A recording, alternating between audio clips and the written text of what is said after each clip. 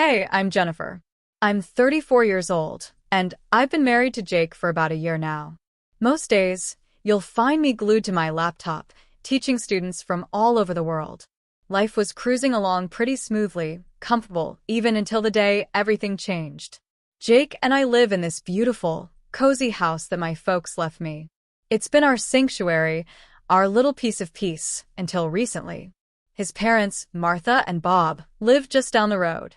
At first, it was kind of nice having them pop by occasionally. Friendly chats over coffee, the usual family stuff. But then, that friendliness turned into a nightmare I never saw coming. Martha, with her lifelong badge of housewifery, started nitpicking everything. From my cooking to how I kept the house, nothing escaped her scrutiny. And let me tell you, her standards? They were somewhere up in the stratosphere. "Jennifer, darling, this pasta is a bit bland, don't you think?" she'd say, scrunching up her face like she'd just bitten into a lemon. And the house, oh boy. According to Martha, a woman's touch meant a spotless home. "You want to keep Jake happy, don't you?" she'd preach.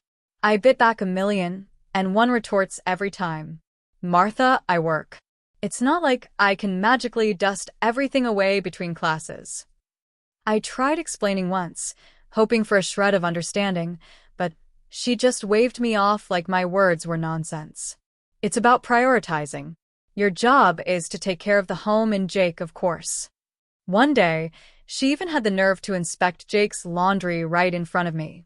"You're letting him wear this? The colors have faded. You're not using the right detergent."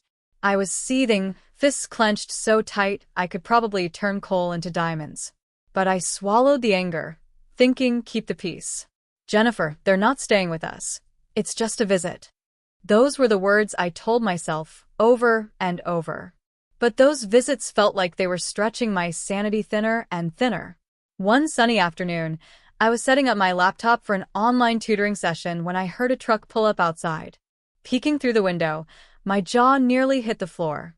There was Jake, helping his parents unload boxes and furniture from a massive moving truck. My heart sank. This wasn't happening.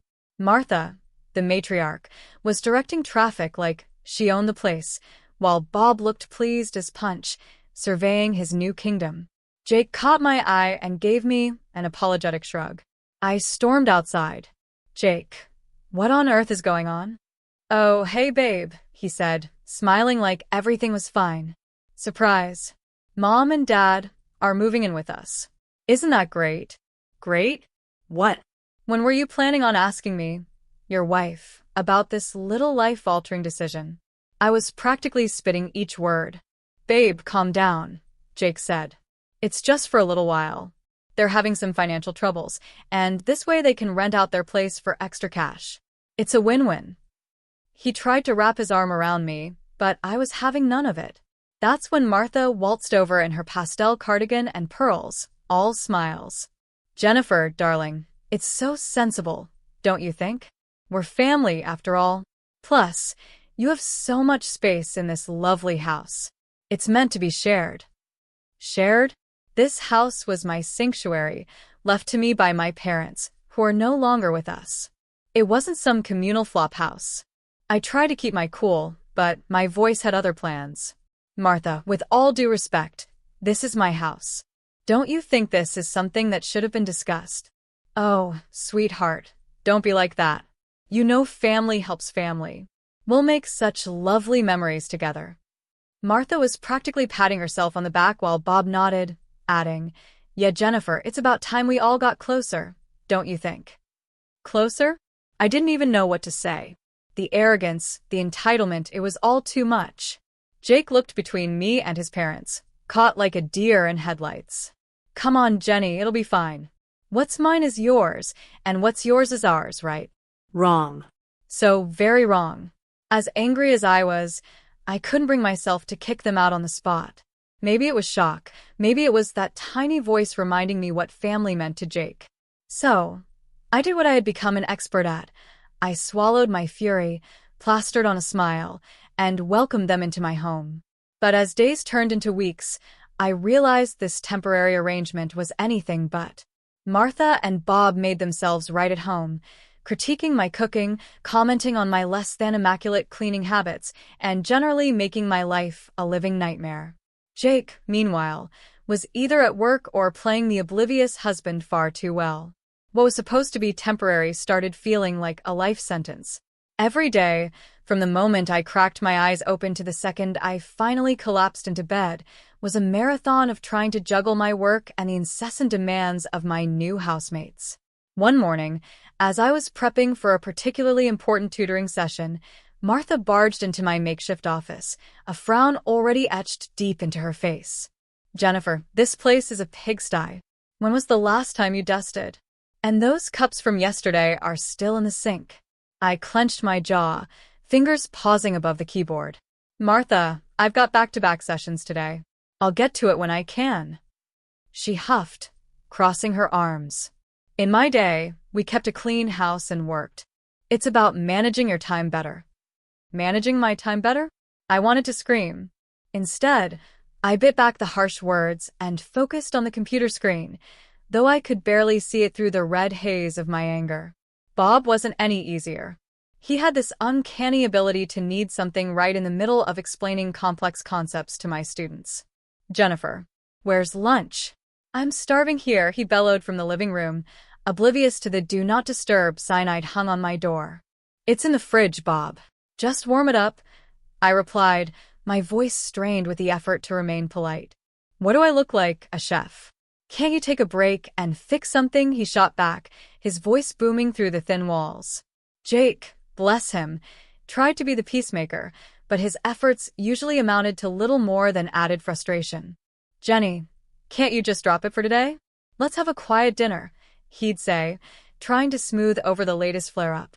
Drop it, as if I was the one stirring up drama over lunch and dust bunnies.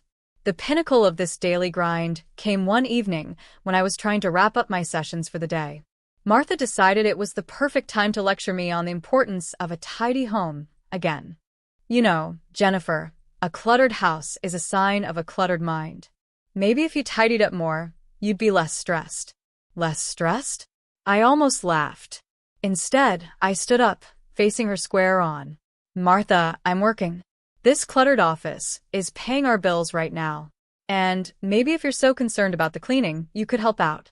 Her face turned a shade of red I hadn't seen before. "I am a guest in this house, Jennifer. It's not my job to clean." "Guest." The word echoed mockingly in my mind. Some guest turning my life and home upside down. That night, as I lay in bed staring at the ceiling, I couldn't help but think about the absurdity of it all. Here I was, busting my hump to provide, to teach, and to keep some semblance of peace in my own home, only to be criticized at every turn. Jake's soft snoring next to me was the only sound in the dark room. I turned to look at him, wondering how we ended up here. How did we go from newlyweds excited about our future to roommates barely speaking because his parents were driving a wedge between us? 3 months into what felt like the world's longest invasion of privacy, Jake came home early one day looking like he'd just lost a fight with a bear. "Jenny, I got fired," he blurted out, not even waiting to sit down. His folks were out, probably terrorizing some other poor soul with their presence, and he made me swear not to spill the beans to them. Great. Just what I needed. Now, it was all on me. My online tutoring gigs were suddenly not just about keeping busy or funding a few extra comforts, they were our lifeline. The lifeline was clear. I doubled down on work, stretching my days thinner than I ever thought possible. Before I knew it, I wasn't just tutoring anymore, I was running my own online school. A small part of me buzzed with pride, but I kept it under wraps. No need to add fuel to the already blazing inferno that was our household dynamics. Money was tight, tighter than the lid on a jar that's been sealed for a century. Every penny had to scream for mercy before being spent. It got to the point where I had to have the dreaded talk with Martha and Bob. "Look, I know this is awkward, but I need help with the bills. Maybe you could cover half the rent," I asked, trying to keep my voice steady. Their reaction? Like I just asked them to fly to the moon. "What do you mean?" "Jake's got it covered. He makes plenty," Bob scoffed, waving off my request like a bad smell. "Yeah, about that," I started, but Jake's pleading look stopped me. He wasn't ready for them to know. Later, he pulled me aside, whispering, "Just a little longer, Jenny. I'll find something soon, I promise." Promises, right? Meanwhile, I was teaching, cooking, cleaning, and playing referee, all while trying to smile through gritted teeth. And Martha and Bob? They seemed to have turned complaining into an Olympic sport, barging into my office mid-session to demand attention, as if I was hosting afternoon tea instead of running a business. "Jennifer, this is unacceptable. You're always locked away in here. When are you going to make time for us?" Martha demanded one day, arms crossed in my doorway, as I was explaining algebra to a 15-year-old. "Martha, I'm working. Can this wait?" I hissed, trying to keep my voice down. "No, it can't. We're family, and you're neglecting us," she shot back, oblivious to the iron resolve I was holding on to. Bob wasn't any better. "When's dinner?" "We're starving here, and you're just sitting around," he grumbled another time, ignoring the stack of papers and open textbooks around me. "Sitting around? Really, Bob? I'm teaching, and dinner is when you make it," I snapped, my patience fraying like an old rope. Jake was apologetic, always whispering, "Thanks for holding us together, Jenny. It'll get better." But better seemed like a distant land, one we weren't getting any closer to.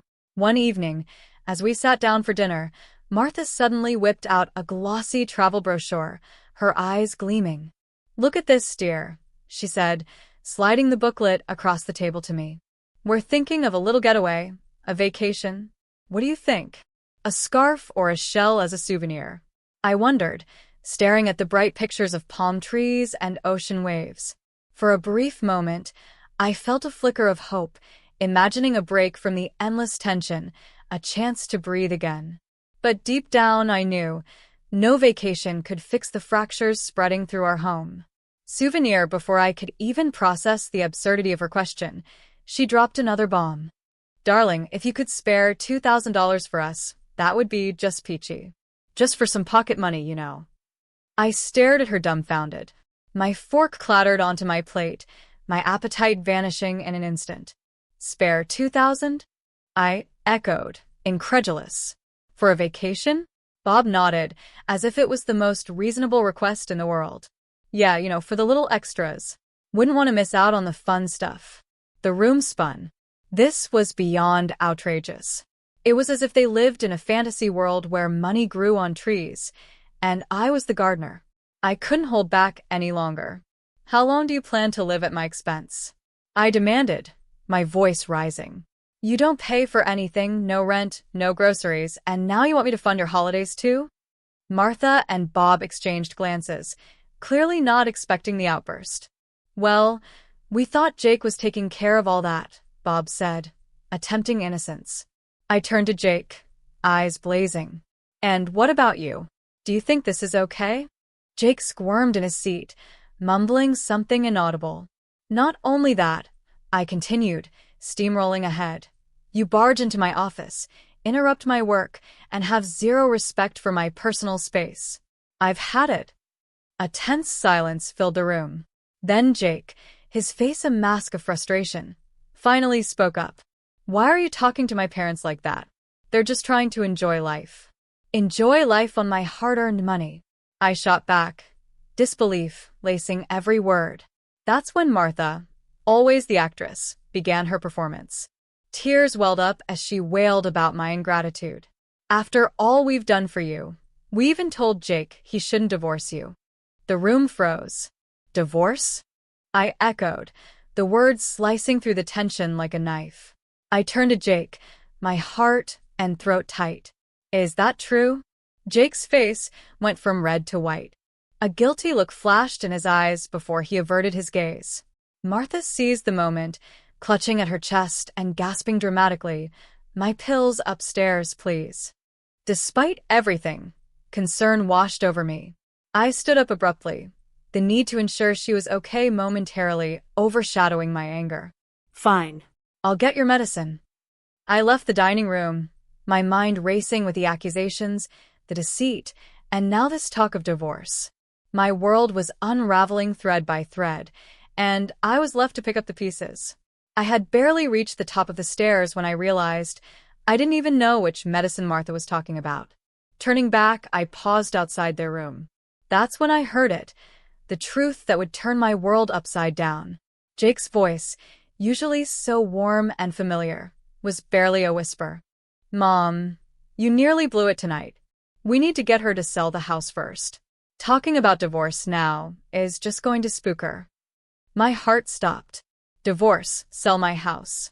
The pieces clicked together in a mosaic of betrayal. Martha's voice, a sharp hiss. I know, but keeping up this charade is exhausting.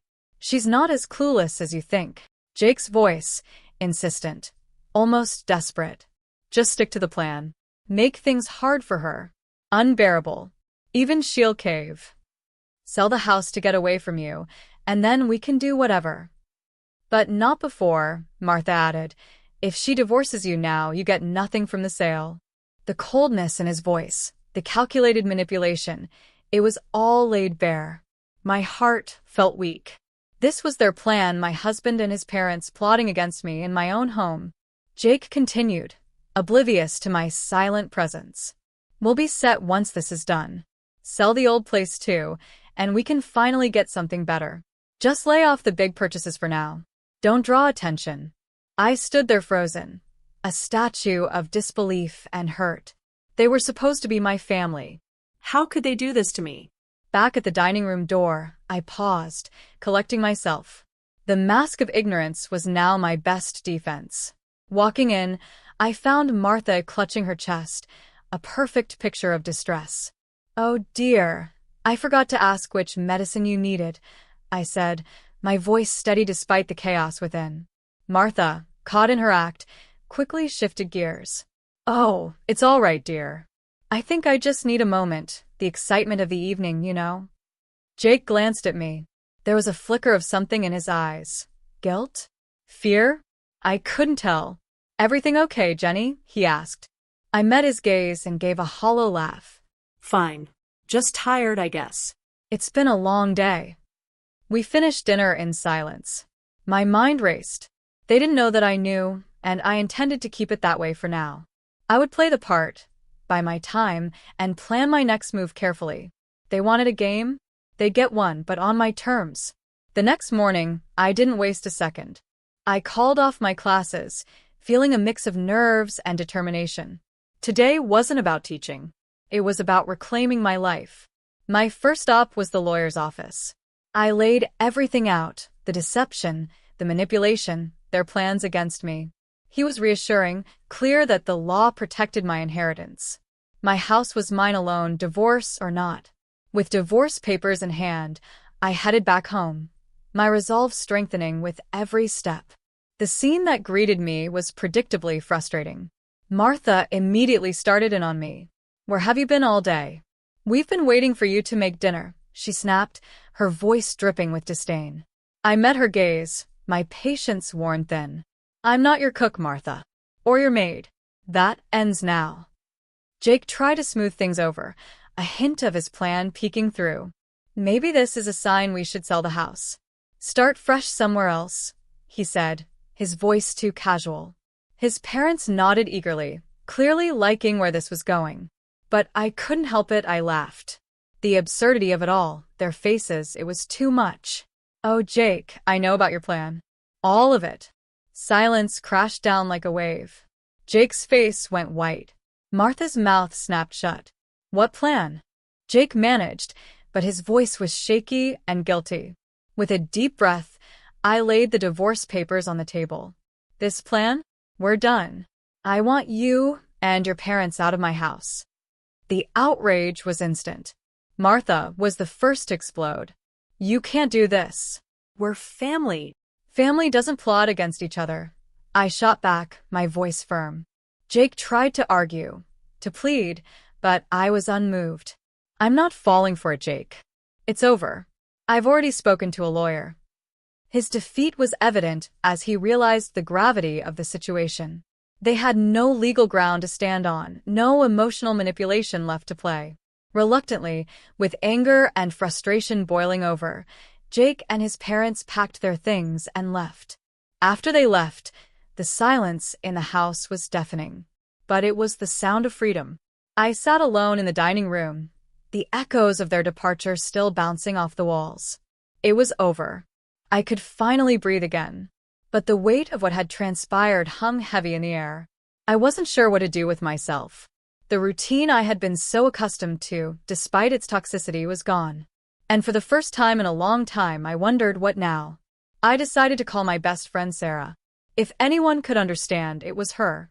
"Hey, it's me," I said the moment she picked up. "Jennifer, what's wrong? You sound off." Sarah's voice was filled with concern. I laughed, a mix of relief and disbelief in my voice.